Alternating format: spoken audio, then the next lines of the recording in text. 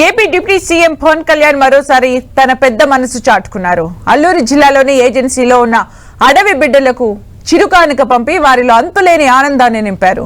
చెప్పులు లేకుండా తిరుగుతున్న ఆదివాసుల పరిస్థితిని అర్థం చేసుకున్న పవన్ కళ్యాణ్ తన సొంత డబ్బులతో ఆదుకున్నారు. ఆదివాసులకు అండగా ఉంటానని చెప్పిన పవన్ కళ్యాణ్ గ్రామస్తులందరికీ చెప్పులు పంపిణీ చేసి మనసున్న మహారాజు అని నిరూపించుకున్నారు. AP deputy CM Pawan Kalyan ఇచ్చిన చిరుకానుక అల్లూరి జిల్లా ఏజెన్సీలో అడవి బిడ్డలకు అంతులేని ఆనందాన్ని ఇచ్చింది. ఈ కాలంలో కూడా చెప్పులు లేకుండా తిరుగుతున్న అక్కడ ప్రజల పరిస్థితిని అర్థం చేసుకున్న పవన్ చెప్పులను పంపిణీ చేశారు.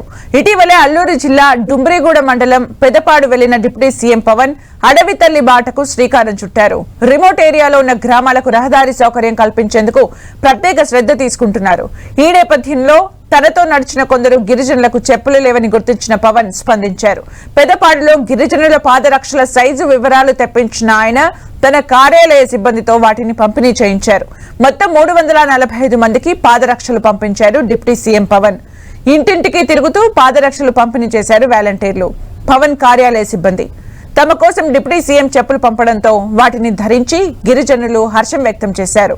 తమ కష్టం తెలుసుకుని చొరవ తీసుకున్న డిప్యూటీ సీఎం పవన్ కళ్యాణ్ కు గిరిజనులు కృతజ్ఞతలు చెప్పారు.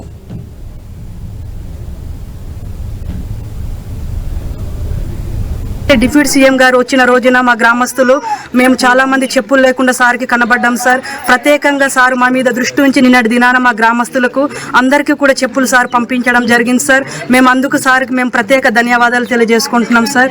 అయితే మా గ్రామంలో ఏదైతే సదుపాయాలు లేవో అవన్నీ కూడా 6 నెలల్లో మీకు ఇస్తానని సార్ మాకు మాట ఇచ్చున్నారు సార్.